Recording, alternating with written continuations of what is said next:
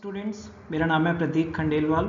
मैं श्री गोकुल वर्मा राजकीय पॉलिटेक्निक महाविद्यालय भरतपुर में मैकेनिकल डिपार्टमेंट में एज ए लेक्चरर वर्क कर रहा हूँ।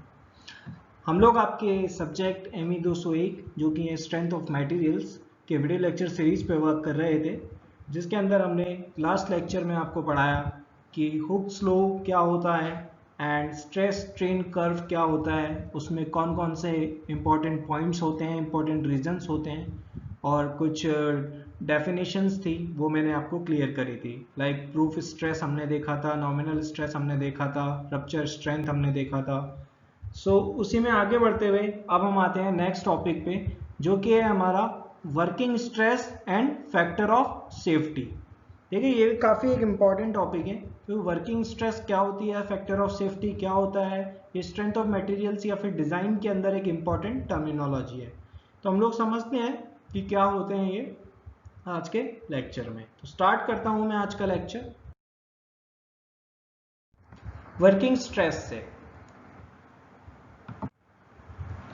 तो वर्किंग स्ट्रेस में देखिए, when designing machine parts it is desirable to keep the stress lower than the maximum or ultimate stress at which failure of the material take place। देखिए, वही बात है, इंपॉर्टेंट क्या है कि अगर कोई भी मशीन पार्ट्स या फिर किसी भी कंपोनेंट की अगर हम लोग डिजाइन कर रहे हैं तो हमें जो स्ट्रेस उस पर आ रही है उसे किससे लोअर रखना है, मैक्सिमम या अल्टीमेट स्ट्रेस से। अल्टीमेट स्ट्रेस कौन सी है, वो मैक्सिमम स्ट्रेस जिसपे उसका फेलियर नहीं होता है। तो उसका फेलियर ना हो उस अल्टीमेट स्ट्रेस से हमें कम स्ट्रेस रखनी चाहिए। तो उसी स्ट्रेस को, this stress is known as the working stress और डिजाइन स्ट्रेस।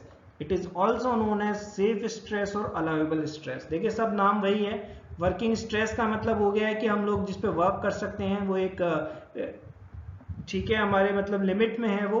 डिजाइन स्ट्रेस वही हमने डिजाइन किया तो उसी स्ट्रेस के बेसिस पे किया डिजाइन हमने।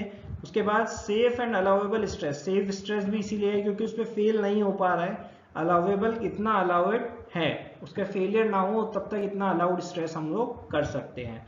तो एक तरह से मैं आपको रिपीट कर देता हूँ, एक समझा देता हूँ। वर्किंग स्ट्रेस वो स्ट्रेस है जो मैक्सिमम वैल्यू स्ट्रेस से उससे कम होगी और उस पे वो मटेरियल आपका अच्छे से फंक्शन कर रहा होगा। जो भी उसका फंक्शन है वो उस पे अच्छे से वर्क कर रहा होगा, वो फेल नहीं होगा या फिर अपना फंक्शन नहीं छोड़ेगा।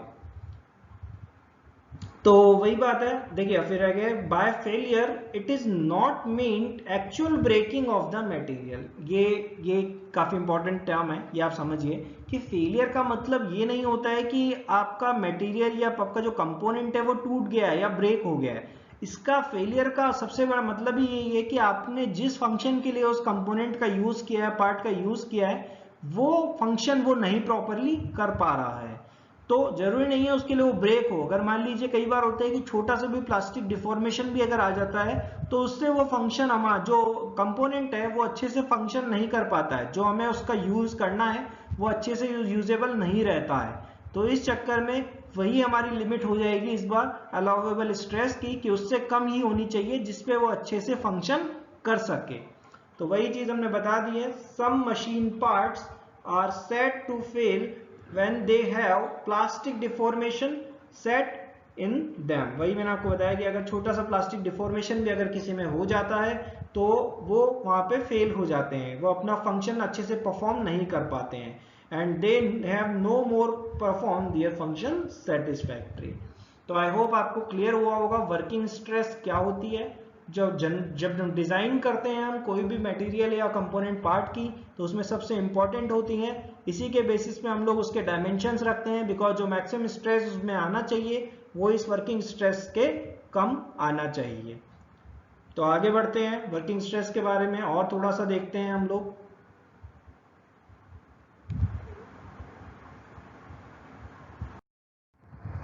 देखिए, वर्किंग स्ट्रेस वही थोड़ी बहुत डेफिनेशन अच्छे से और बता रखी है आपको कि क्या क्या इसमें कैसे रहता है। Working stress is the safe stress taken with in the elastic range of the material. Generally ये इलास्टिक रेंज में ही बता रखा है, क्योंकि मैंने आपको बताया था कि कुछ जो मटेरियल होते हैं वो प्लास्टिक डिफॉर्मेशन होते ही वो फंक्शन नहीं कर पाते हैं, तो इसलिए हम लोग जनरली ये इलास्टिक रेंज के अंदर ही लेते हैं। फॉर ब्रिटल मटेरियल्स, अब दो तरह के मटेरियल्स होते हैं, देखिए एक होता है ब्रिटल मटेरियल और एक होता है डक्टाइल मटेरियल। ये दोनों प्रॉपर्टीज मैंने आपको पहले लेक्चर में समझाई थी। तो ब्रिटल मटेरियल को आप जानते हैं कि उनमें कोई भी प्लास्टिक डिफॉर्मेशन नहीं होता है, वो डायरेक्टली फेल होते हैं या फिर ब्रेक होते हैं। तो उनके लिए जब बात करते हैं तो it is taken equal to the ultimate strength, because उनकी तो अल्टीमेट स्ट्रेंथ ही वही है, क्योंकि उससे पहले कुछ आता ही नहीं है, उनमें कोई प्लास्टिक डिफॉर्मेशन नहीं होता है, ना उनमें डक्टाइल प्रॉपर्टी होती है कि वो आराम से स्ट्रेस को बियर करके वो डिफॉर्म हो सके, वो डायरेक्टली ब्रेक हो जाते हैं। इसीलिए उनके लिए यहाँ पे जो कंसीडर होगा वो होगा अल्टीमेट स्ट्रेस। और तो ब्रिटल मटेरियल्स के लिए कैसे लिखते हैं, ultimate stress divided bye suitable factor of safety. देखिए फैक्टर ऑफ सेफ्टी क्या होता है ये आपको मैं बताऊंगा अभी, बट इसका जो डेफिनेशन हम लोग लिखते हैं या फिर इसका एक एक्सप्रेशन हम लोग लिखते हैं, वो हम लोग लिखते हैं कि ultimate strength divided by suitable factor of safety. However, for the materials possessing well-defined yield point, ये कौन से मटेरियल्स हैं जिनमें यील्डिंग हो सकती है, जो डक्टाइल होते हैं, मीन्स इनमें प्लास्टिक डिफॉर्मेशन ये लोग सस्टेन कर सकते हैं, तो उनके लिए क्या होता है, it is equal to the yield stress divided by a factor of safety. It is the stress which accounts all sorts of uncertainties. तो इसमें देखिए वही स्ट्रेस है कि सारी जो भी अनसर्टेनिटीज होती हैं, कि कुछ भी अगर एक्स्ट्रा इफेक्ट पड़ रहा है, उन सब को अकाउंट में लेके जो स्ट्रेस को हम लोग डिजाइन करते हैं वो होती है हमारी डिजाइन स्ट्रेस, या फिर वर्किंग स्ट्रेस, अलाउेबल स्ट्रेस, या फिर सेफ स्ट्रेस। किसी भी नाम से आप इसे जान सकते हैं। देखिए आपसे पूछा भी किसी भी नाम से जा सकता है, बट आपको समझना है कि मतलब क्या है इसका और कैसे ये डिफाइन की जाती है। तो उसी में अगर हम बात करें तो जो डिफाइन किया हुआ है आपका वर्किंग स्ट्रेस, आप देख लीजिए, वैसे आपको ऊपर बता ही चुका हूँ। ब्रिटल मटेरियल्स के लिए अल्टीमेट स्ट्रेंथ आएगी, क्योंकि वो लोग प्लास्टिक में डिफॉर्मेशन होता ही नहीं है, और फैक्टर ऑफ सेफ्टी से डिवाइड हो जाएगा। और डक्टाइल मटेरियल्स के लिए जो आएगी yield strength divided by factor of safety. तो दोनों आपको बता ही दिया है। तो आई होप इस तरह से आपको वर्किंग स्ट्रेस का जो भी था कॉन्सेप्ट वो क्लियर हुआ है। अभी जब भी हम लोग डिजाइन की बात करेंगे, आप लोगों के आगे सब्जेक्ट भी आएगा मशीन डिजाइन, उसमें आपके हमेशा आप लोग जो इसी टर्म की बात करेंगे वर्किंग स्ट्रेस या डिजाइन स्ट्रेस, वहां पे हम लोग जो भी मैक्सिमम स्ट्रेस होगी उससे कम इसको कंसीडर ले करेंगे, जिससे हमारा फंक्शन जो है प्रॉपरली वर्क कर सके। तो आगे बढ़ते हैं। इसी में आपका जो नेक्स्ट टॉपिक है, जो टर्मिनोलॉजी थी उसमें फैक्टर ऑफ सेफ्टी जो आया है, उसको समझते हैं कि फैक्टर ऑफ सेफ्टी क्या होता है अच्छे से। तो देखते हैं फैक्टर ऑफ सेफ्टी के बारे में। ये आपका टॉपिक है। Factor of safety is a number, directly it is a number used to determine the working stress. Working stress को डिटरमाइन करने के लिए ही किया जाता है। वो आपने देख ही लिया है कि अगर आप अल्टीमेट, देखिए आपको क्या होता है, जब भी आप कोई भी मटेरियल या कंपोनेंट लेते हैं तो उसकी आपको अल्टीमेट टेंसाइल स्ट्रेस या फिर यील्ड स्ट्रेस ये आपको गिवन होती है, या फिर आपको ये टेस्ट के थ्रू पता चलती हैं। एक्सपेरिमेंट या टेस्ट जो हम करते हैं, टेंसाइल टेस्ट, उसके थ्रू आपको ये पता चलते हैं। अब उनके थ्रू हमें निकालनी है वर्किंग स्ट्रेस या फिर अलाउेबल स्ट्रेस या फिर सेफ स्ट्रेस। तो वो हम लोग कैसे निकालेंगे, उस एक जो फैक्टर है हमारा फैक्टर ऑफ सेफ्टी, एक नंबर होता है, इसको हम लोग डिवाइड करेंगे या तो अल्टीमेट स्ट्रेस से या फिर यील्ड स्ट्रेस से, तो उससे हमें मिलेगी वर्किंग स्ट्रेस। तो वही चीज आपको बता रखी है कि इसका जो मेन पर्पज ही यही है कि डिटरमाइन करना है हमें क्या, वर्किंग स्ट्रेस को। It is fixed based on the experimental works on the material, और ये भी फिक्स होता है, ये कहां से निकलता है, ये भी एक्सपेरिमेंटली जब हम करते हैं वर्क्स उन मटेरियल्स पे, जो पर्टिकुलर मटेरियल जिसके लिए हमें निकालना है, तो वहां पे हम लोग इसे निकालते हैं। इट अकाउंट्स, अब देखिए इसमें क्या क्या ये ले लेता है किसका effect, it accounts all uncertainties, all uncertainties को ये लेता है, जैसे मटेरियल डिफेक्ट, अगर मान लीजिए मटेरियल में कोई डिफेक्ट है, अनफोर्सीन लोड्स हैं, कुछ लोड्स हैं जो हमें दिख नहीं रहे हैं वो आ रहे हैं लेकिन एक्स्ट्रा लोड, या फिर मैन्युफैक्चरिंग कोई डिफेक्ट आ गया है, या फिर अनस्किल्ड वर्कमैनशिप हो गई है कि जो हमारा वर्कर था वो अनस्किल्ड है, उससे थोड़ी सी कुछ गलती हो गई है। अगर मान लीजिए छोटे मोटे इनकी वजह से जो भी चेंजेस हो सकते हैं वो सारे वो अपने अकाउंट करता है, टेम्परेचर इफेक्ट्स आप जानते हैं, अभी हम पढ़ेंगे भी, टेम्परेचर स्ट्रेसेस होती हैं, क्योंकि जैसे जैसे टेम्परेचर बढ़ता है एटमॉस्फेयर का या फिर जहाँ पे भी वो कंपोनेंट वर्क कर रहा है, तो उसकी वजह से भी उसमें डिफॉर्मेशन वगैरह आता है, स्ट्रेसेस वगैरह आती हैं, तो उन सबको भी इफेक्ट में लेता है ये। तो इन सब को इफेक्ट में लेते हुए, अकाउंट करते हुए, जो एक्सपेरिमेंटल वर्क से एक नंबर निकलता है, उस नंबर को हम बोलते हैं फैक्टर ऑफ सेफ्टी। और जब उस नंबर को हम लोग अल्टीमेट स्ट्रेस या फिर यील्ड स्ट्रेस से डिवाइड करते हैं तो हमें मिलती है वर्किंग स्ट्रेस, ये हमें पता चलता है। अब देखिए, factor of safety is A dimensionless number, इसकी कोई डायमेंशन नहीं होती है, तो इससे आप क्लियर है, क्योंकि वर्किंग स्ट्रेस और अल्टीमेट स्ट्रेस की जो यूनिट होगी वो वैसे भी सेम ही होने वाली है। It is fixed based on the experimental works on each material, ये वही है कि जो बेस्ड होता है एक्सपेरिमेंटल वर्क्स पे हर मटेरियल के ऊपर। It is defined in general as the ratio of the maximum stress to the working stress. अब देखिए जनरली क्या डिफाइन किया गया है, जनरली जो हमें डिफाइन किया गया है कि मैक्सिमम स्ट्रेस से जो वर्किंग स्ट्रेस का रेशियो होगा उसे ही हम लोग देंगे फैक्टर ऑफ सेफ्टी, और यहीं से हम लोग इसीलिए वर्किंग स्ट्रेस कैलकुलेट कर पाते हैं, बिकॉज मैक्सिमम स्ट्रेस भी हमें पता होती है, मैक्सिमम स्ट्रेस भी जो है हमें पता है, और वर्किंग स्ट्रेस हमें निकालनी है, फैक्टर ऑफ सेफ्टी एक्सपेरिमेंटली हमें पता होता है, तो हम यहाँ से वर्किंग स्ट्रेस कैलकुलेट कर लेते हैं। अब देखते हैं फैक्टर ऑफ सेफ्टी, अगर वैसे एक्सप्रेशंस अगर देखे जाएं इसके, तो कैसे लिखा जाता है इसको।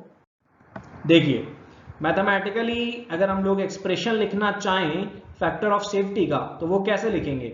फैक्टर ऑफ सेफ्टी देखिए, वही मैंने आपको बताया कि maximum stress divided by working और डिजाइन स्ट्रेस, वो एक ही बात है, आपको बता दिया, डिफरेंट नाम से उनके। और इन केस ऑफ, अब ये तो एक जनरल एक्सप्रेशन हो गया, ठीक है, ये एक जनरल एक्सप्रेशन है। अब जो मेन वो रहेगा हमारा, इन केस ऑफ, क्या केसेस कैसे बनेंगे, या तो डक्टाइल मटेरियल के बेस पे बनेगा या फिर ब्रिटल मटेरियल के बेस पे, वही चीज है। तो डक्टाइल मटेरियल के बेस पे बात कर रहे हैं, डक्टाइल मटेरियल होते कौन से हैं, एक एग्जांपल जो इसमें दे रखा है आपको कि माइल्ड स्टील, माइल्ड स्टील आपको डक्टाइल मटेरियल है, जिसका हमने स्ट्रेस स्ट्रेन कर्व देखा था, आपको पता होगा, where the yield point is clearly defined. Mild steel का क्या होता है, आपका जो यील्ड पॉइंट होता है वो क्लियरली डिफाइंड होता है, वो हमने देखा भी था उसके कर्व में, बिकॉज ये ऐसे मटेरियल है जो आपके डक्टाइल होते हैं, ये आपका प्लास्टिक डिफॉर्मेशन सस्टेन कर सकते हैं। तो the factor of safety is based upon the yield point stress, जिसे हम बोलते हैं यील्ड स्ट्रेस या फिर यील्ड पॉइंट स्ट्रेस, उसके बेसिस पे यहाँ पे निकलेगा। तो लिख सकते हैं factor of safety yield point stress divided by working और डिजाइन स्ट्रेस। अब बात करते हैं सेकंड केस की। सेकंड केस देखिए क्या है, ब्रिटल मटेरियल्स के बारे में। ब्रिटल मटेरियल्स की बात करें, आप कास्ट आयरन हो गया, आपका ग्लास हो गया, लेड हो गया आपका, तो ये कास्ट आयरन, ये जो होते हैं आपके ब्रिटल मटेरियल्स, ये डायरेक्टली आपको पता है ये ब्रेक होते हैं, ठीक है, विदाउट डिफॉर्मेशन। तो इसमें क्या होता है कि यील्ड पॉइंट जो होता है is not well defined for as for ductile materials. जिस तरह से डक्टाइल मटेरियल्स का जो यील्ड पॉइंट होता है वो आपको क्लियरली मेंशन्ड होता है या डिफाइंड होता है, वैसा यहाँ पे ये केस नहीं होता है। तो उस चक्कर में क्या होता है कि यहाँ पे जो हम लोग लेते हैं फैक्टर ऑफ सेफ्टी, वो हम लेते हैं अल्टीमेट स्ट्रेस के बेसिस पे। तो अल्टीमेट स्ट्रेस के बेसिस पे जब हम इसे लेंगे तो वो हमारा हो जाएगा factor of safety ultimate stress divided by working और डिजाइन स्ट्रेस। तो देखिए ये हमने एक्सप्रेशन देख लिए हैं, काफी सिंपल चीजें भी हैं। देखिए जनरली हर में दो ही केस हैं, एक तो ब्रिटल मटेरियल या फिर डक्टाइल मटेरियल। ब्रिटल मटेरियल के केस में हम लोग ये ध्यान रखिए कि ultimate stress is the maximum stress, और यील्ड, अगर हम लोग डक्टाइल मटेरियल की बात करते हैं तो वहां पे यील्ड स्ट्रेस के बेसिस पे हम लोग इन्हें कंसीडर करेंगे। तो ये जो दोनों टर्मिनोलॉजी आज हमने सीखी है स्टूडेंट्स, ये काफी इंपॉर्टेंट है, क्योंकि डिजाइन में दोनों चीजें काफी इंपॉर्टेंट है। वर्किंग स्ट्रेस काफी इंपॉर्टेंट है, लेकिन अगर वर्किंग स्ट्रेस निकालनी है तो उसके लिए हमें फैक्टर ऑफ सेफ्टी चाहिए ही होगा। तो वो फैक्टर ऑफ सेफ्टी जो है वो आपको एक्सपेरिमेंटली दिया होगा या फिर आपको इंपॉर्टेंट चाहिए ही वो। तो इसीलिए हमने समझा कि आज फैक्टर ऑफ सेफ्टी क्या होता है, वर्किंग स्ट्रेस क्या होता है, अब फैक्टर ऑफ सेफ्टी क्या क्या काउंट करता है। जैसे आपको बताया था टेम्परेचर स्ट्रेसेस को भी काउंट करता है, वो कोई है ना इनस्किल्ड वर्कमैनशिप हो गई आपका, उसको भी वो काउंट करता है। उसके अलावा आपका मटेरियल डिफेक्ट हो गया, आपका मैन्युफैक्चरिंग डिफेक्ट हो गया, आपका सबको कंसीडर करके वो आपका चलता है। तो इस तरह से आई होप आपको समझ में आया होगा। फिर भी फैक्टर ऑफ सेफ्टी का मैं आपको एक एग्जांपल दे देता हूँ जिससे आपको थोड़ा और क्लियर हो जाए। लाइक जैसे मैं आपको बात करता हूँ, हम लोग बात करते हैं पब्लिक ट्रांसपोर्ट की। लाइक एक बस की मैं बात कर रहा हूँ। आप एक बस को देखते हैं, उसमें अगर आप देखें तो नॉर्मली हम लोगों की जो भी होती है 50 to 60 सीट्स होती हैं नॉर्मल बस में। तो लेकिन आप लोगों ने कई बार देखा होगा, जैसे कई बार रश बहुत रहता है, भीड़ बहुत रहती है, तो वहाँ पे उसमें 50-60 की जगह आप जानते हैं 100-120 लोग भी एक बस के अंदर ट्रैवल कर लेते हैं। अगर आप सोचिए कि वो बस केवल अगर 50-60 लोगों के लिए बनाई जाती, तो क्या वो लोग 100 और 120 लोगों का वेट वो कर पाती, सहन बियर कर पाती? वो डिफॉर्म हो जाती, वो फंक्शन नहीं कर पाती। लेकिन यही चीज हमने क्या करी है, फैक्टर ऑफ सेफ्टी कंसीडर करके लिया है। तो उसका जो फैक्टर ऑफ सेफ्टी है वो हमने लिया है 1.5 या 2 टाइम्स या 2.5 टाइम्स, कि इतना जितना वर्किंग स्ट्रेस हमने लिया है कि उसमें 60 लोगों की कैपेसिटी है उसके हिसाब से, तो उसका 2 टाइम्स मींस 120 लोग उसमें आराम से सफर कर सकते हैं, और तब तक उसमें कोई भी डिफॉर्मेशन नहीं होगा और वो अपना फंक्शन अच्छे से कर पाएगी। तो इसी तरह से वो जो लिया जाता है फैक्टर ऑफ सेफ्टी लिया जाता है। अलग अलग कंडीशंस में इसकी वैल्यू अलग अलग होती है, कई जगह 1.5 होती है, कई जगह 2, कई जगह 2.5, कई जगह इससे भी ज़्यादा होती है। तो जैसा भी सिचुएशन रहता है उसके अकॉर्डिंग फैक्टर ऑफ सेफ्टी को हमें कंसीडर करना पड़ता है। तो थैंक यू स्टूडेंट्स आज के लेक्चर के लिए। आई होप आपको समझ में आया होगा। कोई भी इससे रिलेटेड डाउट्स हैं तो आप मुझे पर्सनली व्हाट्सअप करके आप पूछ सकते हैं। Thank you.